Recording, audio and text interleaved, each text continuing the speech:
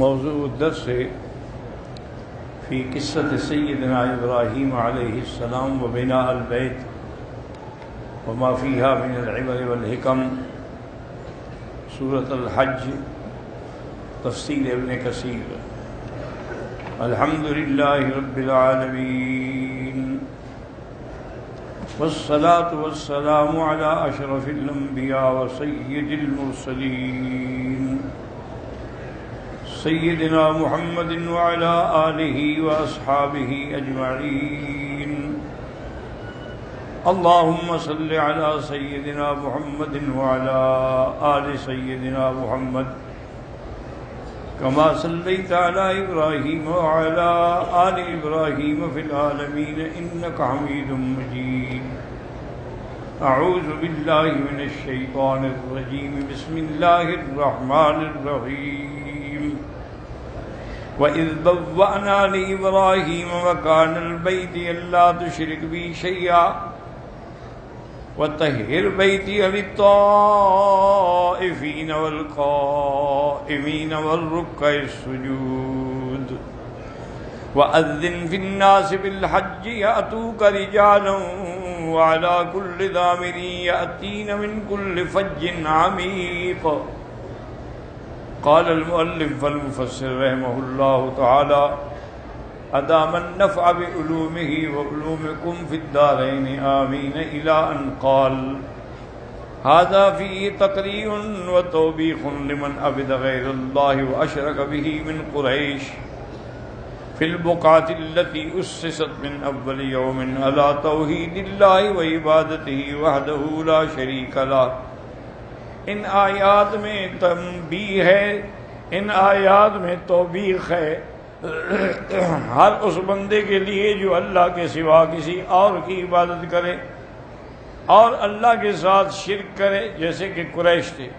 اور اس بقعہ مبارک میں جس کو پہلے دن سے اللہ تبارک و تعالی نے جس کی بنیاد اللہ کی توحید پہ ہے اور اللہ کی عبادت پہ ہے، وحدہ لا شریک لہ۔ وذكر تعالى أنه بوأ إبراهيم البيت، إبراهيم مكان البيت أرشده إليه وسلمه له وأذن له في بنائه۔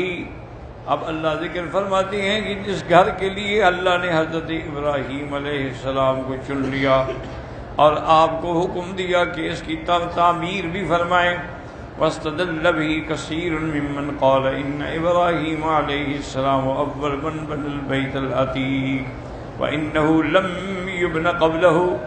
اسی روایت سے بہت سارے علماء یہ دلیل پکڑتے ہیں کہ سب سے پہلی تعمیر جو ہے وہ حضرت ابراہیم علیہ السلام نے کی ہے، اس سے پہلے یہ کعبے کی تعمیر نہیں ہوئی ہے۔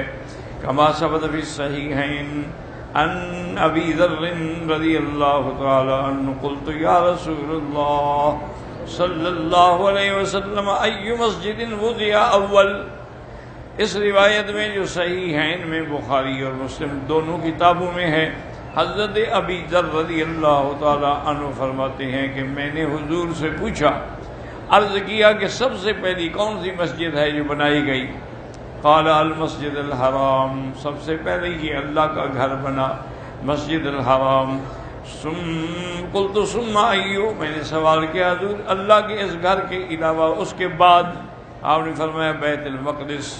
بیت المقدس جو ہے مسجد اقصی پھر وہ تعمیر ہوئی وہ اس گھر کے بعد۔ قلت کم بینہما، ان دونوں کی تعمیر کے درمیان میں تقریباً کتنی مدت ہے؟ حضور نے فرمایا 40 سنۃ، 40 سال۔ وقد قال اللہ تعالی ان اول بیت وضع للناس الذی ببکۃ مبارکا آیتین۔ وقال تعالی وعهدنا الی ابراہیم واسماعیل ان طہرا بیتی للطائفین والعاکفین والرکع السجود۔ یہی حکم اللہ نے حضرت ابراہیم حضرت اسماعیل کو دیا کہ اللہ کے گھر کو پاک کریں، طواف کرنے والوں کے لیے، اعتکاف کرنے والوں کے لیے، رکوع و سجود کرنے یعنی نماز پڑھنے والوں کے لیے۔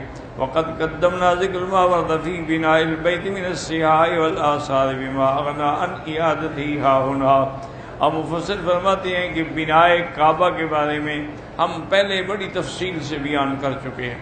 وقال تعالی ها هنا ان لا تشرك بی شیئا، اے ابنہ ولا اسمی وحدی، خالص میرے نام پہ یہ گھر بنائیں، وطہر بیتی، میرے گھر کو پاک کریں.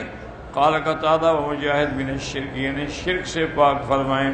للطائفین والقائمین والرکع السجود، اے اجعلہ خالصا لہؤلاء الذین یعبدون اللہ وحدہ لا شریک لہ، یہ گھر خالص ان لوگوں کے لیے بنائیں جو اللہ کی عبادت کرتے ہیں، کسی اور کی عبادت نہیں کرتے. والطائف بہ معروف وہو اخص العبادات عند البیت، طواف کی عبادت جو ہے وہ خاص عبادت ہے. فإنہ لا يفعل ببقعۃ من الارض سواها، کیونکہ یہ ایک ایسی عبادت ہے جو اس گھر کے علاوہ پوری دنیا میں کسی اور جگہ سر انجام نہیں دی جاتی. والقائمین، یہ نماز میں جو کھڑے، ولہذا قال والرکع السجود فقرن الطواف بالصلاة لأنہما لا يشرعان الا مختصین بالبیت. اللہ پاک نے دونوں کا ذکر اکٹھے کیا، طواف کا بھی اور نماز کا بھی، کیونکہ یہ خاص اس گھر کے لیے ہے. فالطواف عنده والصلاة الیہ فی غالب الاحوال، طواف تو صرف اس گھر کا ہوگا، اور نماز جو ہے ساری دنیا میں چاہے جہاں پڑھی جائے ان کی توجہ کعبے کی طرف ہوگی. الا ما استثنى من الصلاة عند اشتباہ القبلۃ، ہاں اگر جنگل میں ہیں قبلے کا اشتباہ ہو گیا ہے تو وہ ایک الگ مسئلہ ہے، یا جنگ میں ہیں کعبے کی طرف رخ ہی نہیں کر سکتے، لڑائی ہو رہی ہے. وفی النافلۃ فی السفر، اسی طرح سفر کی حالت میں نفل پڑھ رہے ہیں سواری پر.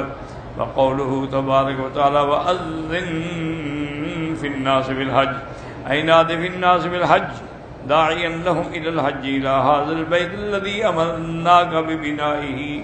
فذكر انه قال یا رب کیف ابلغ الناس صوتی لا ينفذهم، اللہ نے حکم دیا ابراہیم علیہ السلام اعلان کریں اور بلائیں لوگوں کو اس گھر کے حج کے لیے جس کا اپنے آپ کو بنانے کا حکم دیا ہے. تو حضرت ابراہیم نے عرض کیا کہ یا اللہ میری آواز جو ہے وہ لوگوں کو کیسے پہنچے گی، میرا آواز تو پوری دنیا میں نہیں جا سکتا.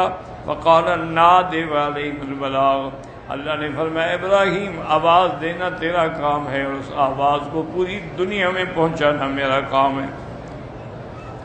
فقام علی مقامہ وقیل علی الحجر، وہ مقام پہ کھڑے ہوئے، بعض کہتی ہیں کہ ایک صخرہ تھا پتھر اس پہ کھڑے ہوئے. وقیل علی الصفا، بعض علماء نے فرمایا کہ وہ صفا پہاڑی پہ کھڑے ہوئے. وقیل علی ابی قبیس، بعد نے فرمایا کہ جبل ابی قبیس پہ کھڑے ہوئے. وقال یا ایھا الناس ان ربکم قد اتخذ بیتا فحجوہ، اللہ پاک کے بندوں کو پکار کے فرمایا ابراہیم علیہ السلام نے کہ اللہ کے حکم سے یہ اللہ کا گھر بن گیا ہے تو سب حج کے لیے آؤ. فقال ان الجبال تواضعت حتی بلغ الصوت ارجاء الارض، پہاڑ جو تھے وہ بھی اس گھر کی عظمت کے سامنے جھک گئے اور آواز جو تھی پوری دنیا میں چلی گئی. واسمع من الارحام والاسلاب، حتیٰ کہ کوئی بچہ ماں کے رحم میں تھا تو اس کو بھی پہنچی، جو باپ کے پشت میں تھا اس کو بھی پہنچی. وَأَجَابَهُ كُلُّ شَيْءٍ سَمِعَهُ مِنْ حَجَرٍ وَمَدَرٍ وَشَجَرٍ، اور ہر چیز نے آپ کی پکار پہ جواب دیا، چاہے وہ پتھر تھے، چاہے ٹیلے تھے، چاہے درخت تھے. وَمَنْ كَتَبَ اللَّهُ أَنَّهُ يَحُجُّ إِلَىٰ يَوْمِ الْقِيَامَةِ، اور جن کے بارے میں اللہ فیصلہ کر چکے تھے کہ قیامت تک یہ اللہ کے گھر کا حج کریں گے. لبیک اللہم لبیک سب نے پڑھا. ھذا مضمون ما ورد عن ابن عباس ومجاہد واکرمۃ وسعید بن جبیر وغیر واحد من السلف واللہ اعلم. واوردها ابن جریر وابن حاتم مطولۃ. جب اللہ نے یہ حکم دیا تو یہ بھی ساتھ فرما دیا کہ یاتوک رجالا وعلی کل ضامر، حج کے لیے لوگ آئیں گے، پیدل بھی آئیں گے اور اونٹنیوں پر بھی آئیں گے. قد يستدل بهذه الآية من ذهب من العلماء ان الحج ماشيا لمن قدر عليه افضل من الحج راكبا. اس آیت سے علماء نے استدلال کیا کہ پیدل کا ذکر پہلے ہے تو اس لیے وہ کہتے ہیں کہ جس کو توفیق ہو طاقت ہو وہ پیدل حج کرے تو زیادہ بہتر ہے، سواری سے اس کو زیادہ ثواب ہوگا. لأنه قدمهم في الذکر ودل على الاہتمام بهم وقوت ہمتہم وشدت عزمہم، کہ بڑی ہمت ہے کہ پیدل چل کے اللہ کے گھر کا طواف حج کریں. وقال وكيع بن الأميس عن أبي حالة عن محمد بن كعب عن ابن عباس قال ما سأل شيء إلا إني وجدت أني كنت وجدت ماشيا. حضرت محمد بن کعب حضرت عباس سے روایت فرماتے ہیں، کہتے ہیں سب سے بڑا غم مجھے یہی رہا کہ کاش میں بھی اس گھر کے لیے پیدل چل کے حج کرتا. لأن اللہ تعالی یقول یاتوک رجالا والذی علیہ الاکثرون ان الحج راکبا افضل. لیکن بہت سارے علماء کہتے ہیں کہ نہیں، سوار ہو کے حج افضل ہے. اقتداء برسول اللہ صلی اللہ علیہ وسلم فإنه حج راکبا مع کمال قوته علیہ السلام. وہ اس لیے کہتے ہیں کہ حضور پاک صلی اللہ علیہ وسلم سواری پہ تشریف لائے، مدینے سے پیدل نہیں آئے. حالانکہ اگر چاہتے تو پیدل بھی آ سکتے تھے، اللہ نے قوت دی تھی آپ کو. وقولوا یاتین من کل فج عمیق، فج مانا راستہ یعنی طریق. کما قال وجعلنا فیہا فجاجا سبلا عمیقا، بہت دور دور سے لوگ آئیں گے. قالہ مجاہد وعطاء وسدی وقتادہ ومعاذ بن حیان والثوری وغیر واحد. وهذه الآیت كقوله تعالی اخبارا عن ابراہیم حیث قال فی دعائه. حضرت ابراہیم نے جو دعائیں مانگی تھی ان میں ایک دعا یہ بھی تھی فَاجْعَلْ أَفْئِدَةً مِّنَ النَّاسِ تَهْوِي إِلَيْهِمْ، یا اللہ لوگوں کے دلوں کو اپنے گھر کی طرف پھیر دے. فَلَيْسَ أَحَدٌ مِّنْ أَهْلِ الْإِسْلَامِ إِلَّا وَهُوَ يَحِنُّ إِلَىٰ رُؤْيَةِ الْكَعْبَةِ وَالطَّوَافِ. کوئی بھی مسلمان ایسا نہیں جس کے گھر، جس کے دل کے اندر اللہ کے کعبے کی زیارت کی تمنا نہ ہو. والناس یقضون من سائر الجہاد، ہر طرف سے اللہ کی مخلوق آتی ہے اللہ تبارک و تعالیٰ کے گھر کے طواف کے لیے اور حج کے لیے. لیشہدوا منافع لہم ویذکروا اسم اللہ فی ایام معلومات علی ما رزقہم من بہیمۃ الانعام فکلوا منها وأطعموا البائس الفقیر ثم لیقضوا تفثهم وليوفوا نذورهم وليطوفوا بالبیت العتیق. قال ابن عباس لیشہدوا منافع لہم، تاکہ وہ حج کریں اور ساری دنیا کے منافع جو ہیں دیکھیں. منافع الدنیا والآخرت، دنیا کے بھی منافع اور آخرت کا بھی. اما منافع الآخرت فرضوان اللہ تبارک و تعالی، آخرت کا نفع تو یہ ہے کہ اللہ پاک راضی ہو جائیں گے ان سے. واما منافع الدنیا فما یصیبون من منافع البدن، اور دنیا کا بھی فائدہ ہوگا کہ وہاں قربانیاں ہوں گی. والذبائح والتجارہ، اور تجارت بھی ہوگی حج کے دنوں کے اندر. وقضا قال مجاہد وغیر واحد انہا منافع الدنیا والآخرہ، حج کے اندر کوئی تجارت کرے، کوئی کاروبار کرے تو شرعاً منع نہیں ہے، کیونکہ اللہ نے فرمایا لیس علیکم جناح ان تبتغوا فضلا من ربکم ویذکروا اسم اللہ فی ایام معلومات علی ما رزقہم من بہیمۃ الانعام، اور اللہ کا نام لیں ان جانوروں پر جو اللہ کے نام پہ ذبح کیے جائیں، اور وہ جانور بھی اللہ نے عطا فرمائے ہیں. قال شعبہ و شیم النبی بشر عن سعید بن عباس رضی اللہ عنہما الایام المعلومات ایام العشر، انہوں نے کہا کہ ایام المعلومات جو ہیں اس سے مراد 10 ذی الحجہ کے 10 دن. وعلق البخاری ان بصيغة الجزم به، وروى بسوى نبی موسى الاشعری ومجاہد وقتادہ وعطاء وسعید بن جبیر الحسن والضحاک وعطاء الخراسانی وابراہیم النخعی وهو مذهب الشافعی والمشهور عن احمد بن حنبل. وقال البخاری حدثنا محمد بن عرعرة قال حدثنا شعبة بن سلیمان عن مسلم البتین عن سعید بن جبیر عن ابن عباس رضی اللہ عنہما عن النبی صلی اللہ علیہ وسلم قال ما الامر فی ایام افضل منها فی هذه. حضور نے فرمایا ان 10 دنوں کے اندر جو عمل ہے وہ سب وقت زمانوں سے زیادہ افضل ہے.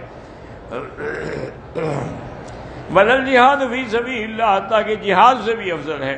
قال ولا الجہاد فی سبیل اللہ الا رجل یخرج بخاطر یخاطر بنفسه وماله، ہاں مگر وہ بندہ جو جہاد کے لیے نکلا، اپنا مال اپنی جان سب کچھ اللہ کے راستے پہ قربان کر کے شہید ہو گیا. رواہ الامام احمد وابو داؤد والترمذی وابن ماجہ بنحوہ. وقال الترمذی حدیث حسن غریب صحیح. وفی الباب عن ابن عمر وابی ہریرہ وعبد اللہ بن عمرو وجابر رضوان اللہ علیہم. قلت وقد تقصيت هذه الطرق وافردت لها جزءا على هدا. اب مفسر فرماتے ہیں کہ ان کے سند مختلف طرق جو ہیں وہ سب میں نے علیحدہ کتاب میں جمع کر دی ہیں. ومن ذلك قال الامام احمد حدثنا عثمان انبانا ابو عوان بن يزيد بن ابي زياد عن مجاهد عن ابن عمر رضي الله تعالى عنهما قال قال رسول الله ما من ايام اعظم عند الله. اللہ کے یہاں سب سے بڑے دن احب الیہ العمل جس میں اللہ کے اعمال اللہ کو محبوب ہیں. فیہن من هذه الايام العشر فاکثروا فیہن من التہلیل والتکبیر والتحمید. ان دنوں کے اندر تم کثرت کے ساتھ لا الہ الا اللہ اللہ اکبر الحمدللہ پڑھا کرو. وروي ابن وجه آخر عن مجاهد بن عمر بنحوه. وقال البخاري وكان ابن عمر ابوه يخرجان الى السوق في ايام العشر فيكبران ويكبر الناس بتكبيرهما. حضرت ابن عمر اور حضرت ابی ہریرہ ان دنوں کے اندر بازار میں جاتے تھے اور زور زور سے تکبیریں کہتے تھے اور لوگ بھی ان کے ساتھ شریک ہو جاتے تھے. وقد روى احمد جاب مرفوع ان هذا هو الاشهر الذي يقسم الله به في قوله. انہوں نے فرمایا یہ وہ 10 دن ہیں جس کی اللہ نے قسم کھائی ہے. والفجر وليال العشر. وقال بعض السلف انه هو المراد بقوله واتممناها بعشر. وفي سنن ابي داود ان سكان يصوم هذا الاشهر آپ روزہ رکھتے تھے. وهذا الاشهر مشتمل على يوم عرفہ. ان 10 دنوں میں عرفات کا دن بھی شامل ہے. الذي ثبت فيه صحيح مسلم عن ابي قتادة قال رسول الله صلی اللہ علیہ وسلم عن صيام يوم عرفہ. حضور پاک سے پوچھا گیا کہ حضور عرفات کے دن روزہ رکھنا. فقال احتسب على الله يكفر السنة الماضية والآتية. آپ نے فرمایا عرفات کا روزہ جو ہے جو سال گزر چکا ہے اور اس کے بعد جو ہے سب کے گناہ معاف کرتا ہے. ويشتمل على يوم النحر الذي هو يوم الحج الأكبر. اور یہ یوم النحر قربانی کا دن ہے جس کو اللہ نے حج الاکبر بھی فرمایا ہے. وقد ورد في حديث انه افضل الايام عند الله. یہ دن اللہ کے ہاں بڑے فضیلت والے ہیں. وبالجملة فهذا العشر قد كان افضل ايام السنة. پورے سال کے اندر یہ 10 دن جو ہیں وہ افضل ہیں. كما نطق به الحديث فضله كثير على عشر رمضان الاخير. بعض کہتے ہیں رمضان کے 10 دنوں سے بھی افضل ہیں. لأن هذا يشرع فيه ما يشرع في ذلك من صلاة وصيام وصدقة وغيره. ويمتاز هذا باختصاصه بأداء فرض الحج فيه چونکہ اس میں حج ادا ہوتا ہے. وقيل ذلك أفضل اجتماعي على ليلة القدر الذي خير من 1000 شهر. وتوسط قالوا أيام هذا أفضل. بعض علماء نے دونوں روایات کو جمع کیا. انہوں نے کہا دن کے اعتبار سے ذی الحجہ کے 10 دن افضل ہیں اور راتوں کے اعتبار سے رمضان المبارک کے آخری 10 دن جو ہیں وہ افضل ہیں. وبهذا يتم شمل الأدلة والله أعلم.